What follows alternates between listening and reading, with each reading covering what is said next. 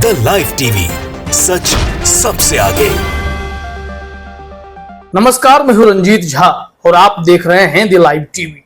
प्रधानमंत्री नरेंद्र मोदी गायब हो गए हैं और उनकी तलाश शुरू कर दी गई है। प्रधानमंत्री मोदी की इन दिनों सिर्फ आवाज सुनाई पड़ती है, वो भी विपक्ष पर हमला करने की आवाज। इसके अलावा संसद सत्र में उन्हें 6 दिन से विपक्ष बुला रहा है कि आइए साहब जवाब दीजिए, लेकिन मोदी जी का कुछ पता चल नहीं रहा है कि वो कहां से बोल रहे हैं और संसद क्यों नहीं आ रहे हैं। अब इसको लेकर विपक्ष ने उन्हें बुलाने का एक और नया तरीका निकाला है।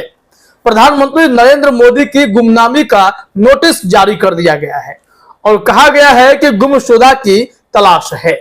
कांग्रेस ने एक पोस्टर जारी किया है, ये नोटिस है। इस नोटिस को आप अपने स्क्रीन पर देखिए और प्रधानमंत्री मोदी भी अगर इसे देखेंगे तो शायद पार्लियामेंट पहुंच जाएं।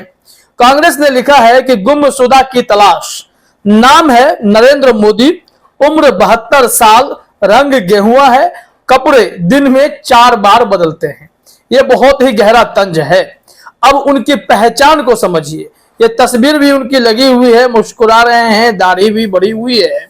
पहचान में लिखा गया है, आवश्यक मुद्दों पर चुप्पी और अनावश्यक मुद्दों पर लंबी लंबी फेंकते हुए पाए जाते हैं। कैमरा के शौकीन हैं।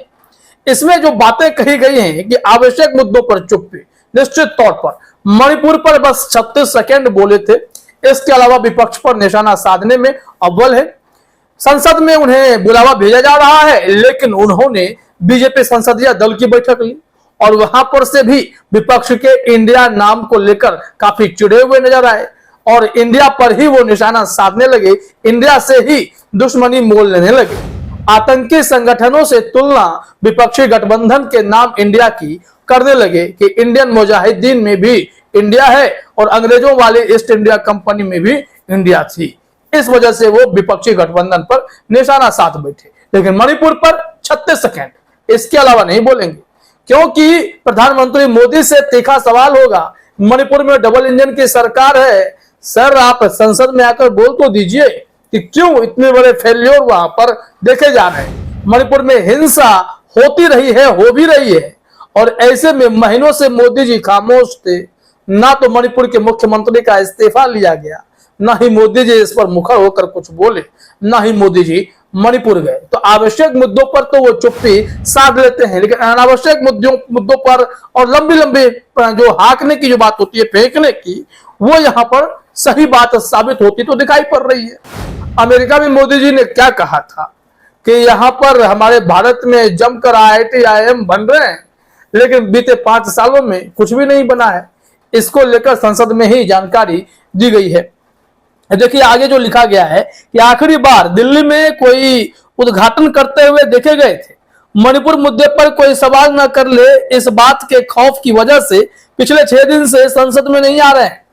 जनता की भावुक अपील है, प्यारे प्रधानमंत्री जी संसद में लौट आइए।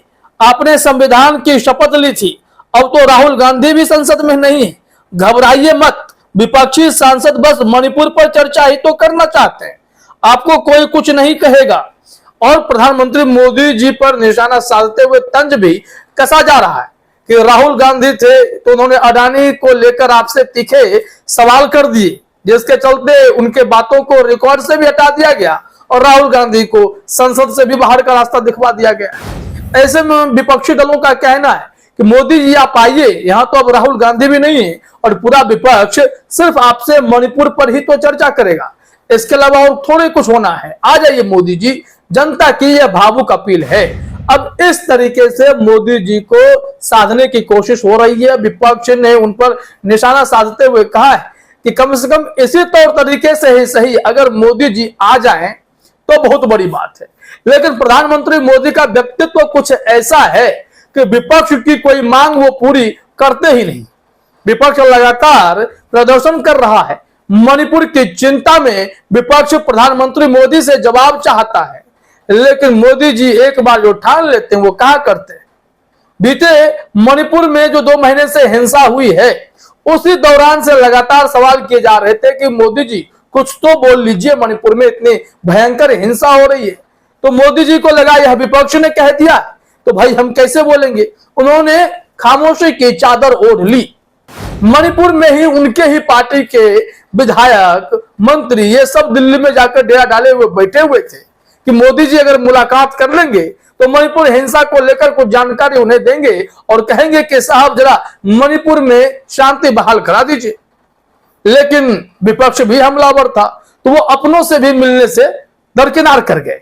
उन्होंने साफ तौर पर किनारा कर लिया और खुद प्रधानमंत्री मोदी जी अमेरिका चल पड़े, क्योंकि उन्हें तो मणिपुर पे बोलना ही नहीं था, क्योंकि इसकी मांग विपक्ष कर रहा था। समय रहते बोल नहीं पाए और बीच में बोलेंगे तो दुनिया में मैसेज चला जाएगा कि विपक्ष के दबाव में आकर मोदी जी झुक गए।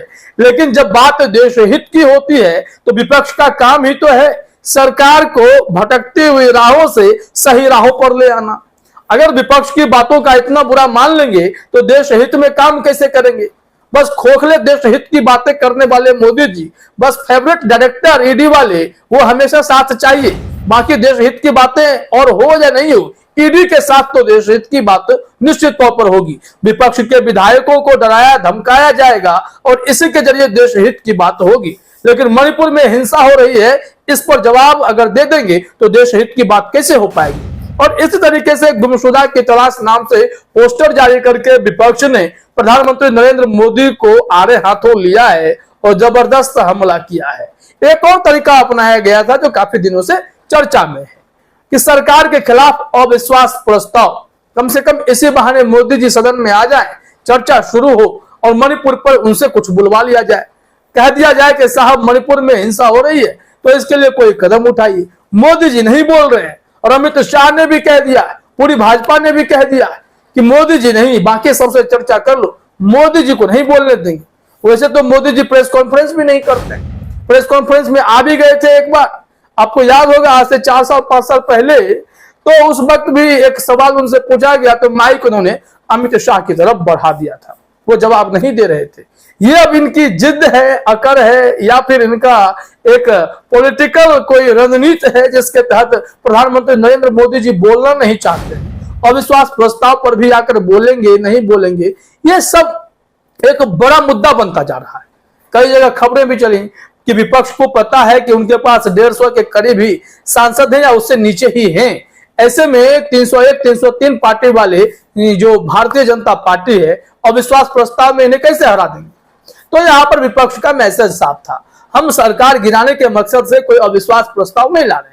हम चाह रहे हैं कि हमारे प्रधानमंत्री नरेंद्र मोदी संसद में आए और जवाब दें, लेकिन उनके बदले स्मृति ईरानी बस आती हैं, सदन में चीखती हैं, चिल्लाती हैं, गुस्से से भरी रहती हैं और बड़ी बड़ी बातें उन्हें राजस्थान, छत्तीसगढ़ की याद आ जाती है। मणिपुर हिंसा पर वो कुछ नहीं सुनेंगे।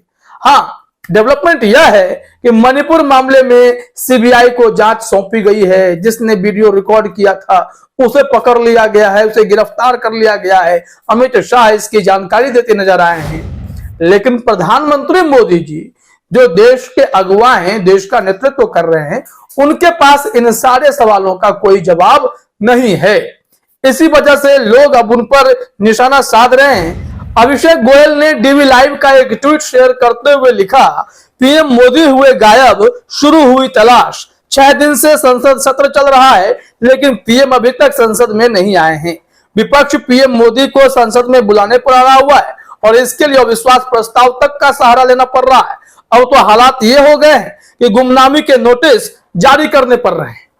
यह है स्थिति देश में इस वक्त। प्रधानमंत्री मोदी अपने व्यक्तित्व से यह मैसेज देना चाहते हैं कि भाई हमने जो जिद कर ली तो फिर मैं किसी और की नहीं सुनता। ठीक ऐसे सिचुएशन में अगर देश चला तो यकीन मानिए प्रधानमंत्री मोदी जी देश सही रास्ते पर तो नहीं जा पाएगा। देश को जवाब चाहिए। मणिपुर हिंसा पर आपके मुंह से कोई ठोस जवाब चाहिए। मणिपुर हिंसा को देखते हुए वहां शांति बहाल करने के लिए प्रधानमंत्री मोदी वहां जाए, इसकी जरूरत है। ना कि विपक्ष का डेलीगेशन पहुंचेगा तो शांति बहाल होगी। सरकार से उम्मीदें होती हैं, विपक्ष सरकार को सही रास्ते पर रखती है। अब सरकार का काम विपक्ष इंडिया डेलीगेशन करेगा तो प्रधानमंत्री मोदी क्या करेंगे, ये एक बड़ा सवाल है। फिलहाल इस वीडियो में इतना ही। आप सभी का हमसे जुड़ने के लिए बहुत बहुत धन्यवाद। द लाइव टीवी, सच सबसे आगे।